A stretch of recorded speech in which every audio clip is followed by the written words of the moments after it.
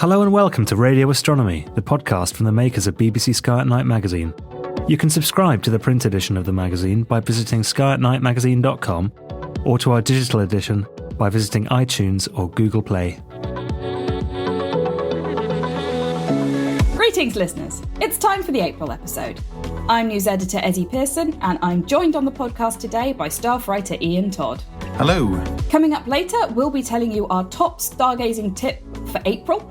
But for now, we're going to take a journey back through time to the days of the space race in the 1950s and 60s. As this month, we are celebrating the 60th anniversary of an incredible event that happened in that time. And that is, of course, the first flight of a human around the Earth by Yuri Gagarin in Vostok 1, which happened on the 12th of April, 1961, 60 years ago this month. Yeah, I mean, it's one of those moments in history that you sort of look back on in the context of everything that's happened since then and how it's sort of spurred on, the States to, up the ante and sort of, because, around at that point, with Sputnik being the first artificial satellite launched by the Soviets, and the Soviets had the first animal in space, and then they had the first human being in space.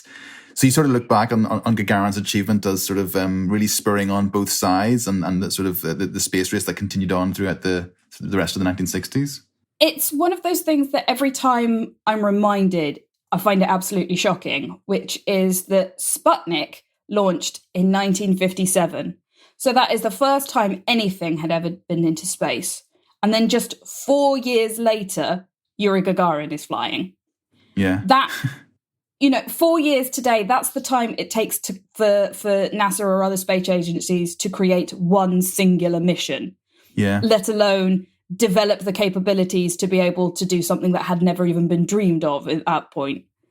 It's quite incredible. Yeah, I mean, they just went for it. I mean, both sides just went for it, didn't they, really? So both people in 1959, that was when both the Soviets and the Americans started getting together their sort of astronaut candidates. Most of them, it was selected in secret. So both the Soviets and the Americans selected their crews in secret, but they were looking for slightly different things. So the Soviets, their astronaut candidates were generally younger, no more than 30 years old. Both sides wanted them to be intelligent, physically fit, very capable. But the Soviets actually didn't necessarily want really highly experienced pilots. They still needed to be pilots and they knew how to fly. But because the Soviet missions were planned to be much more automated, they could actually get away with much less flight hours. So the Mercury 7, which was the US selected teams, they needed to have 1,500 hours of flight time, whereas Yuri Gagarin and the rest of his cohorts only had a few hundred. So it was very different. They also all needed to be short. Because they needed to fit in a spaceship. Yeah, that's right. I mean, Yuri Gagarin was like 5'2", I think he was. Something about that, yeah. The maximum that they had was 5'9" for the Soviets and 5'11" for the Americans. Yeah. So the Americans could afford to be slightly taller. I don't know why it is. It's obviously just that sort of like prejudice and sort of like what does a hero look like? In our minds, you imagine Yuri Gagarin must have been this sort of towering presence. He must have been this huge, amazing guy, but he was actually quite small, and he apparently has like kind of like quite modest and had like a really sort of like gentle, warm smile. He's actually quite a gentle guy. Absolutely. That was actually one of the reasons why it was eventually he that got selected as opposed to his cohorts. So by 1960, the Soviets had narrowed it down their hundreds of candidates down to about 20, and then narrowed that 20 down to 6. People who they were actively training to go into space. And Yuri Gagarin excelled in the testing, but the reason why he got selected was because everybody liked him. He was just a nice bloke. And I think they realized at that point that the first person to go into space wasn't just going to be forgotten. They were going to have a place in the history books. They were going to be, a PR exercise to be paraded around the world. And so they wanted to make sure that they had someone who had a nice personality. Yeah, I mean, I'd sort of read a similar thing about Neil Armstrong, obviously, when they were deciding whether or not to Buzz Aldrin or Neil Armstrong was going to be the first human being on the moon. And one of the reasons they picked Neil Armstrong was because he wasn't military. He was sort of a civilian. So it was sort of like he's more relatable. Yeah. I think it was also partly it was more relatable, and also to make it a bit more of that message of we come in peace. We're not putting a military man, it's a civilian. Yeah. And it's also really interesting looking back at Yuri Gagarin's life as well, because he sort of had quite a modest upbringing, didn't he? It's like his family worked on a sort of collective farm in the Soviet Union, and I'd read it was his family grew up in a Soviet farm in the Soviet Union that was then occupied by the Nazis when Yuri Gagarin was about 10 years old, and he ended up sabotaging their tanks and becoming a little saboteur and part of the resistance in kicking the Nazis out of Russia. Did he? I didn't know that. I didn't read that. Yeah. Which I think is just, hero of the Soviet nation, as he would have one day become. He started early. Yeah, that's just cool. I mean, I'd read he'd witnessed like a Russian fighter plane making an emergency landing near his home, and that's what sort of spurred him on, because I think he was going to be like a foundry worker or like a molder, something like that. Yeah. He was going to get a trade like that. But then that's what made him want to be a pilot and eventually joining the Soviet Air Force, and then he ended up getting involved in the Soviet space program. So whilst he was at school, he apparently one of his teachers was a World War II Soviet pilot who was a big influence on him. There was also, lots of heroic stories of what these pilots were getting up to back in the World War, because it was only a couple of years afterwards, after all, and this landing that he saw. And he did eventually become a foundry worker. He worked for a couple of years at a local foundry. His skills were immediately recognized, and he was sent off to a technical school to get some more training. And whilst he was there, he saw some posters on the world for an aviation society where he could learn to fly. And so he finally saw that this was his chance to learn how to fly. And after a couple of years from that, he sort of realized, actually, no, this is what I want to do with my life. And he joined up with the Air Force in 1955. And that's what he did for 2 years before, in 1957, he was secretly selected by the Soviets to try and become an astronaut. Yeah, I mean, you were saying there about sort of both NASA and the Soviets selected their astronauts and cosmonauts in secrecy. I'm right also in thinking that once the Mercury 7 had been selected by NASA, they were sort of introduced to the world, weren't they? They were sort of like celebrities shown off at a big press thing.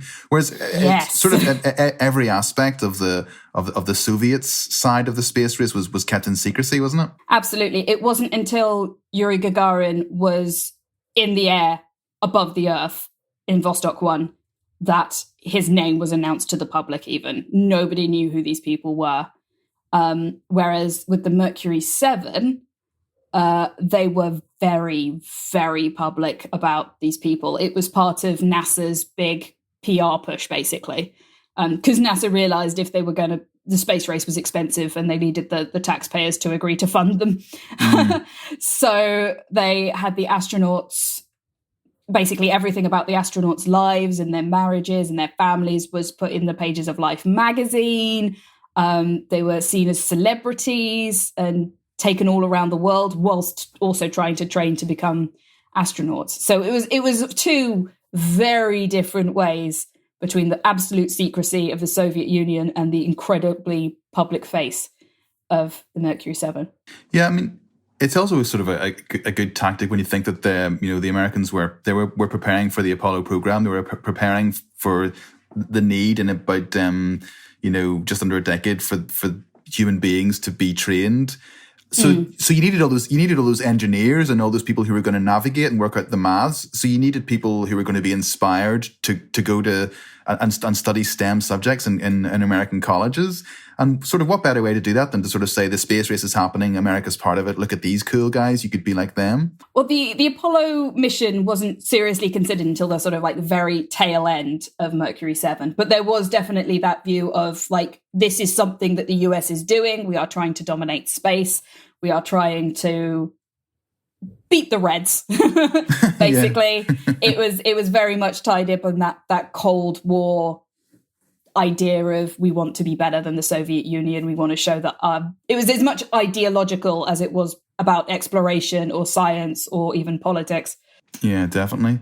But, as we've said already, sort of, I mean, up until and including Gagarin's flight, the Soviets were leading the way. They were, they were winning. I mean, I think a lot of that really was down to sort of Sergey Korolev, wasn't it? He was sort of known as the father of sort of Russian rocketry. So he'd been really, really interesting life, Sergey Korolev, because he'd been sort of he was arrested under the Stalinist purges and put into a gulag, so like a forced labor camp, and he was eventually then moved to sort of a less harsh prison, for want of a better word. And it was a I believe they called them intellectual factories or something, which was, rather than shoving these brilliant minds into prison, we'll make them work for us. Yeah, exactly. It's essentially what happened. Yeah, exactly. And then when he was released, he was sort of tasked with creating these intercontinental ballistic missiles, where he developed the R-7 rockets, which were primarily for bombing American cities, weren't they? Firing nukes at the Americans. But whenever you sort of read those sort of histories of Korolev, I don't know whether or not this is the case, but the writers of Korolev's history and biography often sort of make out that he wasn't really interested in warfare, and he sort of had to appease the powers that be. So he was sort of act as if he was making these. But really, he was interested in sort of aviation and hydraulics and the actual mechanics behind it. He wasn't really interested in sort of, nuclear warheads and rockets and things like that. I don't know how accurate that is, but that's definitely the picture that you get. There is a story that I love, but again, the kind of like exactly how truthful it is questionable, which was that when the higher ups that were funding Korolev's work on missiles came in, he was basically showing them around and going, oh, here's a missile. And oh, by the way, over here is something that I've been working on. Pulls over a cover and there's like the Sputnik prototype that he'd been sort of quietly putting together on his own. Is just like, if you take one of these rockets and point it upwards rather than sideways, we could get to space. Was basically how the space race, the space exploration started. Yeah, and continued. Those R-7 rockets that he designed and created were eventually developed into the Soyuz that's still used by Americans and Russians and Europeans at the moment, which is probably going to change, as the Americans begin to develop their own sort of private enterprise. But all those journeys to the International Space Station on Soyuz rockets over the past decades, you sort of think that's Korolev. That's his legacy. The Russian space program is very much a if it ain't broke, don't fix it philosophy. They've been using the Soyuz for over 50 years with kind of only a few tweaks to it. Yeah. But if it ain't broke... Well, exactly. I mean, I think that, there's obviously going to be so many different mitigating circumstances as to why the Americans eventually overtook the Russians with their progress. But, Korolev died in 1966 from sort of... it was either colon cancer or complications surrounding surgery on his colon cancer, but he died in 66. And sort of that's around the time that the Americans started overtaking the Russians, really, isn't it? So it's you can sort of point to that moment and say, he was such a brilliant mind and a leader in terms of their rocketry engineering. It can't be a coincidence, really, can it? It was partly, the US just straight up outspent them. Yeah. And partly because NASA very early on helped solidify all the various different space programs that were going on in the US. NASA was formed very quickly after they started making spacecraft. Whereas in Russia, in the Soviet Union, that didn't happen. They didn't have that kind of unified agency. So there was bureaus all over the place working on different things, and there'd be 2 or 3 different places working on the same type of project, but building different rockets and trying to sabotage each other. And it was Korolev that helped in the beginning to kind of keep those guys all hanging together and working together. And then when he passed away, there wasn't really anybody else to kind of take up that mantle with the sort of right skill set. And so things quickly did begin to fall apart. Unfortunately, as like with so much of the Soviet space program in the early days, we don't know for sure, partly because there was all of this secrecy and partly because so many of the documents that were around have now been lost. Right. Literally either physically lost, no one knows where they are anymore. There's records of during the kind of fall of the Soviet Union, some of them being burnt for fuel to keep people warm. Oh my God.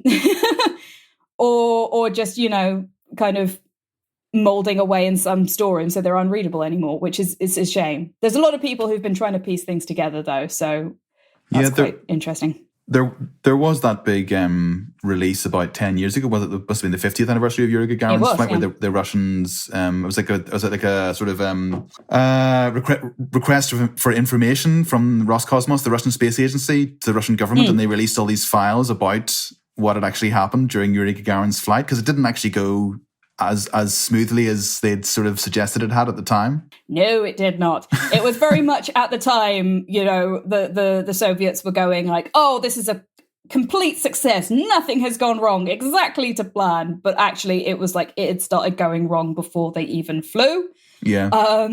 So the night before the flight was due to go, they suddenly realized that kind of Gagarin's suit, setup, and parachute that basically the seat that he was going to eject to come back down to Earth with was too heavy.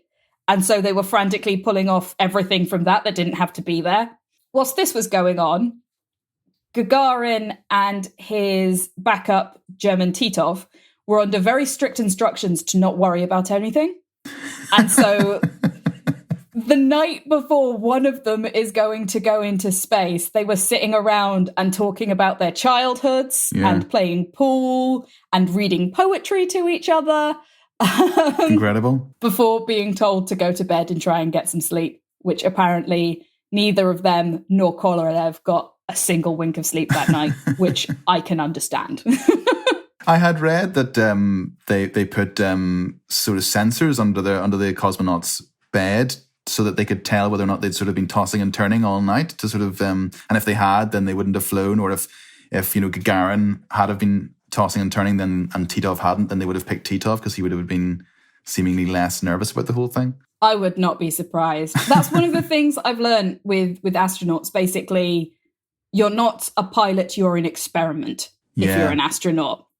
And everything you do is being prodded and poked and measured and so the with the Mercury 7 astronauts, I can't remember who it was who came up with this, but they said that they were like spam in a can because they're just basically they're just basically human beings in a can, just to see if it'll work. You're not actually you're not a pilot anymore. You're just especially the early flights, because both Yuri Gagarin and Alan Shepard, who was the first American to fly into space, both of those missions were automated from the ground.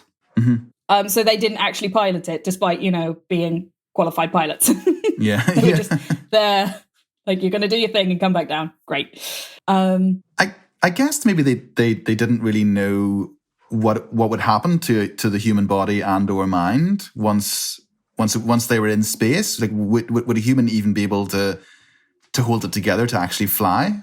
There was a distinct school of thought amongst some of the psychologists who were saying that the idea of being in weightlessness, looking down on Earth from above and looking out into the void of space would just, the human mind wouldn't be able to cope, and he'd just go completely, like, he'd maybe try and crash the spacecraft to get back down to Earth.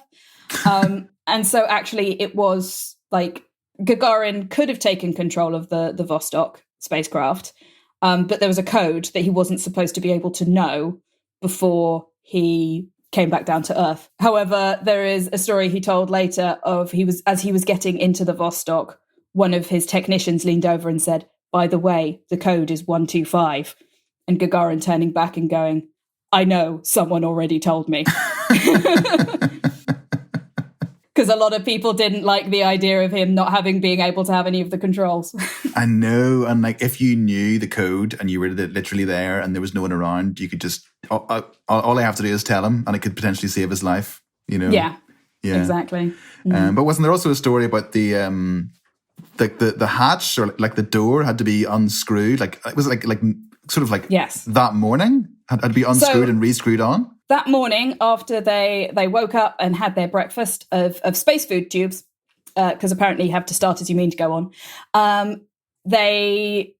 Gagarin was kind of lowered in and was supposed to be sort of like screwed shut into the Vostok module.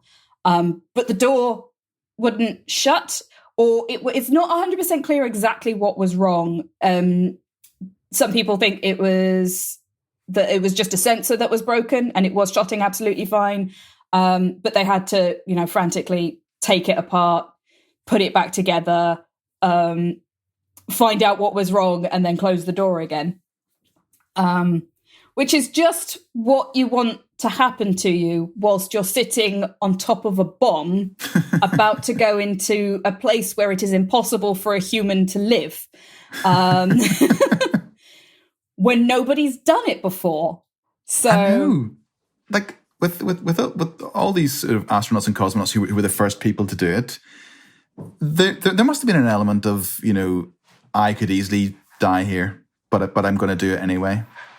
Like, do you think that someone like Yuri Gagarin was scared and was really nervous, like like we would be, or do you think he was like so just really chilled out and just had the sort of the nerve to just hold it together? I know a lot of the Mercury 7 astronauts were test pilots, and test pilots they basically purposefully try and stall out new aircraft to see if there's a problem.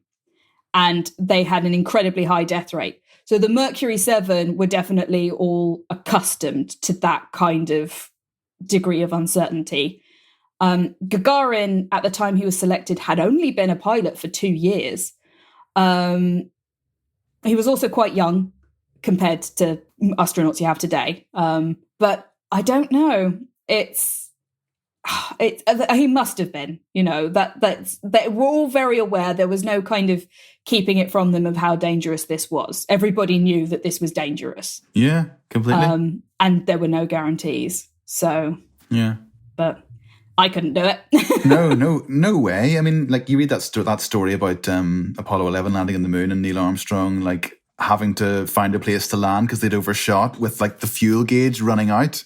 And it was something like seconds of fuel left. Yeah, and he did it because he just I'll just do this. I'll just be really, really calm and just do it. Whereas you or I would just be probably screaming as we crashed into the lunar surface. It is that is kind of like the number one thing that you need to be an astronaut, is to be calm under pressure and be able to make decisions quickly. That's completely. Like any time you talk to somebody about astronaut selection, that's the thing you need. I also love the story about Gagarin losing his pencil. I know, that was really cute. So he launched, and apparently as he was launching into space, he let out a cry of, and I am going to be very sorry for my pronunciation here, he let out a cry of Poyakali, which apparently, if you pronounce it correctly, means let's go in Russian. So he was definitely, he might have been scared, but he was enthusiastic at least. That's so nice. You said, let's go. Goodbye until we meet again soon, dear friends. Oh, that's so sweet, isn't it? It's lovely. Yeah. And so he went up, launch was absolutely fine. The signal did cut out, which apparently for the people back on Earth was incredibly, they couldn't hear from him. They knew that was going to happen. Yeah. But it was still a bit distressing. But he got into space absolutely fine. And he started going through all of the things that he needed to do. And some of that was taking a log of, kind of like how he felt, what he could see, what the gauges were saying.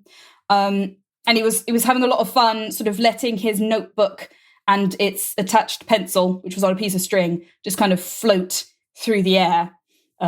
Because, you're in weightlessness, of course, that's what you do. And apparently he once went back to grab his notebook and found that his pencil was missing and it just floated away. And he searched for it and he searched for it. And even when they got back down to the ground, they searched for it on the ground and no one could find it. So it's just completely disappeared. I wonder what happened to it. Yeah. But they didn't, I mean, even after the launch and even after he got into Earth orbit, it didn't all go to plan then, did it? Because they overshot. So he was a lot higher than he should have been because the engine didn't cut out at time. Yeah, so he overshot by about 100 kilometers. Yeah, which is quite a big difference. It was actually quite a major difference because it meant that he was that little bit higher above the Earth's atmosphere, and it was supposed to be if something had gone wrong and he like the engines to fire the Vostok 1 to come back down to Earth hadn't worked at its original altitude of 230 kilometers. The spacecraft would have naturally come back down to Earth within a couple of days, about a week. And there was enough food and water on board to compensate for that. Whereas at where it was now, it would take as much as a month to come back down. And no amount of rationing of food, water, and air, because you can't exactly ration air. He just couldn't have survived that long. So nobody told him this. The people down on the ground knew, but it was one of those situations of there is nothing that he can do about it, so we don't tell them. Yeah. Which is a philosophy I understand works through to today when it comes to astronauts. If there's nothing that can be done, then they don't tell them. Yeah. Which is understandable. Yeah, understandable. It's just a sort of harsh reality of what humans are trying to do. It's sort of like pushing beyond Earth orbit, you know. Yeah. It is difficult and it is dangerous. Yeah, exactly. But Gagarin did it, didn't he? He did just about one full orbit of Earth. He didn't actually achieve orbit because his path went up and then came back down at about the same place. The same place being somewhere in Russia. Yeah. So yeah, he did, one lap of the Earth. It took him 108 minutes from launch to landing, which is slightly faster than the International Space Station. But then he was a bit lower. Yeah. So, yeah. And the other thing I was thinking about was, so like he didn't actually land, did he? He ejected? Yes. Wasn't that another one? According to the radio, because as soon as Gagarin was safely in orbit and they knew he was okay, Radio Moscow was kind of divulging to the world, oh, hey, we've put someone into space, go us. Which, annoyed the Americans somewhat, especially as they'd had the opportunity to launch a couple of months early, but they delayed because of some safety concern. But so it was being announced around the world. And then when he came back down after 108 minutes, in order to be classed as a kind of the first from a sort of traditional standpoint, you need to be able to come down in the spacecraft that you went up in. So when he landed, the radio said, I was like, yes, he definitely landed in the Vostok 1. In truth, he'd actually ejected a couple of minutes before he hit the surface and came back down on a parachute, just because they hadn't worked out how to do a soft landing in a spacecraft yet, whereas doing it on an ejector seat was something that had been doing for years. Yeah. But that didn't come out with, until much later. Do you think...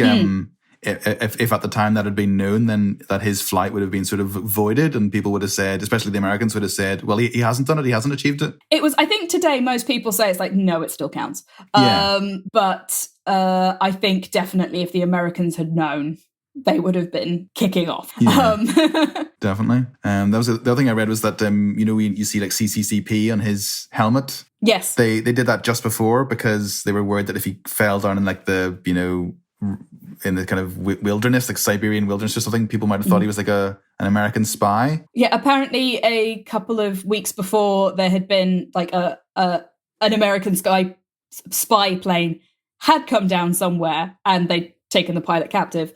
And so they were worried that the same might happen. And actually there's a story of that he did land. And because he was that bit higher, his landing site was actually 300 kilometers from where they'd been planning on having it, which meant it just came down in this random place in the middle of somewhere in Russia. And yeah, apparently he just came down to Earth, and the first thing he saw was an old lady, her granddaughter, and their calf just minding their own business. And then suddenly this man drops from the sky. And they actually said to him, it's like, are you a spaceman? And he was like, yes. Yes, I am. Well, it's funny you should mention that because... Yeah. At which point some of the people who'd been like nearby listening on the radio worked out who he was and started running over, shouting his name and like lifting him up on their shoulders and stuff. Absolutely amazing. That's the way you want to come back home. Definitely. It's such a cool story. And one of the things that I always think about it is that, it's sort of, it's always put in the context of the Cold War and this sort of, fight between, the Soviets and the Americans. And it is being so there's this competition, and like the Americans were raging, or like the West was raging that that the communists had done it.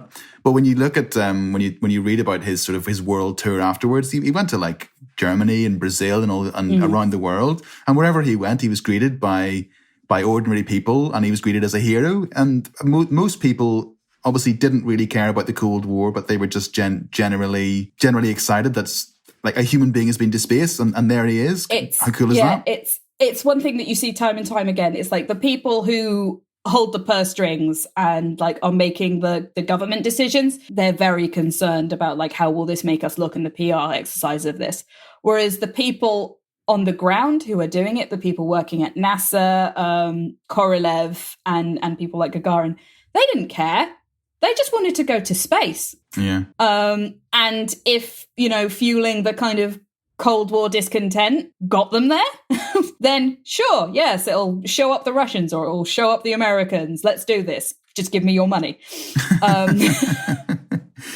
Yeah, which sort of goes back to what we were saying about Korolev. He's just like, I'll happily pretend to be making nuclear missiles if you give me money to make rockets, basically. Yeah. But yeah, no, I mean, I would say like maybe not a lot of people know that Gagarin did actually visit the UK.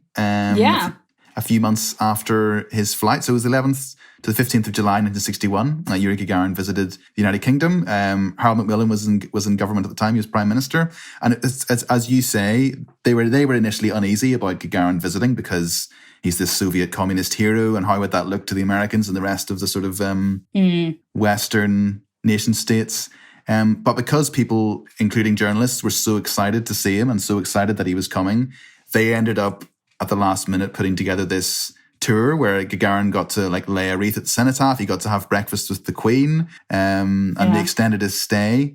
And he even got to visit Highgate Cemetery in London and visit like Karl Marx's grave. Obviously, Karl Marx would have been a big figurehead, for a young member of the Soviet Union at that time. And but there was a story I read about he was having breakfast with the Queen, Gagarin, and he reached out and touched her. Because he was just sort of like a working class kid from the Soviet Union. He'd only ever read about princesses and queens and princes and kings in fairy tales, and he wanted to make sure that she was actually real because she was like a queen. Because that was actually the UK was the only place where it wasn't the government that invited him. It was actually the trade unions, specifically the Amalgamated Union of Foundry Workers, who invited him because he used to be a foundryman. He used to work in a foundry factory. And they invited him to take a tour of an engineering plant in Manchester, as you do. And apparently, and as soon as the sort of like the UK government sort of saw that the public reaction when he came here, that was when they sort of went, oh yeah, we should probably, get him tea with the Queen and all of those sorts of things. Apparently, when he arrived in Manchester, it was raining, but everybody had still come out. And he basically said, ordered the driver of his convertible car to roll down the roof so that he could see them and they could see him. Because if these people, as he said, if these people can stand in the rain, so can I. Yeah. He was very concerned about, shaking hands and trying to like actually have a meaningful relationship with as many people as he could. And apparently when he actually got to the factory, he apparently shouted at one of the journalists for jumping on a piece of equipment because it's like, no, this is a working factory. You're about to ruin that. Get off. Cool. And it was just that, as like, once a factory worker, always a foundry worker. Definitely. And he does all those stories that you read about Gagarin. He comes across as like genuinely a lovely guy. And there's I think he said it was either in Manchester or it was in London during his UK visit. I think it was at a press conference, and he said, he's quoted as saying, "I think that if the Soviet Union were to combine its efforts with the West, we could make even faster progress in the exploration of outer space and could add even greater achievements to our credit."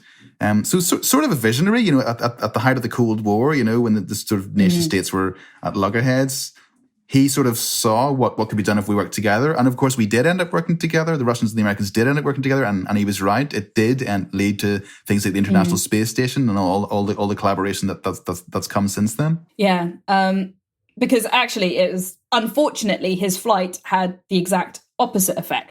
Because the Soviets had basically at this point. The Soviets had won every single first. The first spacecraft launched into space, the first animal to be launched, and the first animal to be returned from space, the first object to touch the moon. All of those have been Soviet wins. And now they also had the first person in space as well. And there's a lot of people think that it was that kind of motivation for why JFK eventually did his "I plan to go to the moon" speech, was because it's like, we need a win and we need a big win. Yeah.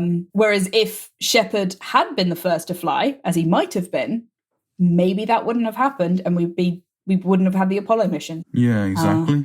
Yeah. So that is unfortunate. And unfortunately, also, Gagarin didn't get to build on his success for very long. He was always very confident he wanted to go back into space. He stayed on as a cosmonaut for quite a long time, but all of the people who were controlling the cosmonaut program were a bit dubious about actually letting him fly because they realized he was such a PR asset. But he was kept on the rotors until another pilot died during the flight of one of the Soyuz craft. When that happened, that was it. Nope. You're not allowed to fly again. You're never going to go into space again. You're far too valuable. And he was permanently banned from spaceflight. Unfortunately, this precaution wasn't enough. And on the 27th of March, 1968, Gagarin was killed during a fighter jet flying exercise, on a training exercise, just a routine training exercise. And he unfortunately lost his life. Yeah. I think, it's such a tragic end, and he was obviously so young when he did die, and but I think that especially now, as we sort of look towards like NASA's Artemis missions and putting human feet on Mars and things like that, it is a good time. It is a good time to look back at Yuri Gagarin's life and that famous orbital flight, the flight around Earth and his first flight into space. Because you sort of look back in 60 years, it's like so much has happened, plus and so much, maybe a lot of people argue not enough has happened in 60 years since especially since people say that about the Apollo missions, don't they? It just ended. It sort of ended with a whimper. I think it's quite poignant looking back on Yuri Gagarin's life and his achievements in the context of what potentially lies ahead. Absolutely. In the last we've had 20 years of constantly having a human presence on the International Space Station and out of orbit. It looks like we're about to go back to the moon within the next decade at some point. And people are now beginning to also look further and further. So it definitely, human space flight is at an interesting juncture. It's taken 60 years to get here, but I think we are about to have like an entire explosion of human spaceflight in the next couple of years, which will be interesting to see. And I should point out also, if anyone's really interested in Yuri Gagarin's life and history and his flight and his achievements and wants to know more, be sure to check out our online lecture which is happening on Friday the 23rd of April, 2021, just in case you're listening to this in a year's time. And it's hosted by Stephen Walker, who's a documentary filmmaker and the author of a new book called Beyond, which is all about this Yuri Gagarin and this exciting chapter in the space race. And he's hosting our virtual lecture, our webinar, where he's going to be talking about Yuri Gagarin and his achievements. And if you'd like to know more about that, just visit our website, which is skyatnightmagazine.com/virtual-lecture. And that you'll find information about that lecture in particular, but also about all our other upcoming online lectures and webinars. April sees the return of the Lyrid meteor shower, one of many annual meteor showers that greet stargazers throughout the year as Earth passes through streams of cosmic debris left behind by comets and asteroids on its journey around the Sun. The Lyrid meteor shower will be active from around the 14th to the 30th of April, but peak activity will occur on the nights of the 21st and 22nd and the 22nd and 23rd of April. This year, the moon will be bright during peak activity, which will harm your chances of spotting a meteor, so the best time to spot a Lyrid will be between moonset and dawn. But regardless of this, meteor watching is a great activity you can get family and friends involved in, and a good opportunity to get out under the stars and see what else you can see, remembering to adhere to current lockdown restrictions wherever you are. The Lyrid meteor shower is so called because its meteors appear to emanate from the Lyra constellation, which can be seen high in the eastern sky around midnight on peak nights. Wrap up warm, grab a reclining chair or sun lounger, find Lyra in the night sky and get meteor watching. Give your eyes about 20 minutes or more to adapt to the dark and you'll see more stars and, hopefully, more meteors. If you happen to see any streaks of light racing away from Lyra, chances are you've seen a Lyrid meteor. A good activity is to have one of your observing group making a note of every meteor spotted during the session, marking down the date and time of each one seen. You can then submit your data to the meteor section of the British Astronomical Association or whichever your local data collecting body happens to be. Good luck, clear skies, and happy meteor hunting. So that's it from us this month. You can find out more about Yuri Gagarin's flight in the April issue of BBC Sky at Night magazine, where we also take a look at a newly found group of so-called impossible stars, give our introduction into the art of astrophotography, and list the best places to stargaze around England. And that's not forgetting our regular sections that will help you unlock the wonders of the night sky, find the right equipment to observe it with, and discover the best things to see after dark this month. From all of us here at BBC Sky at Night magazine, goodbye. Thank you for listening to this episode of the Radio Astronomy Podcast from the makers of BBC Sky at Night magazine, which was produced in our Bristol studio by Jack Bateman and Ben Hewitt. For more of our podcasts, visit our website at skyatnightmagazine.com or head to iTunes, Acast or Spotify.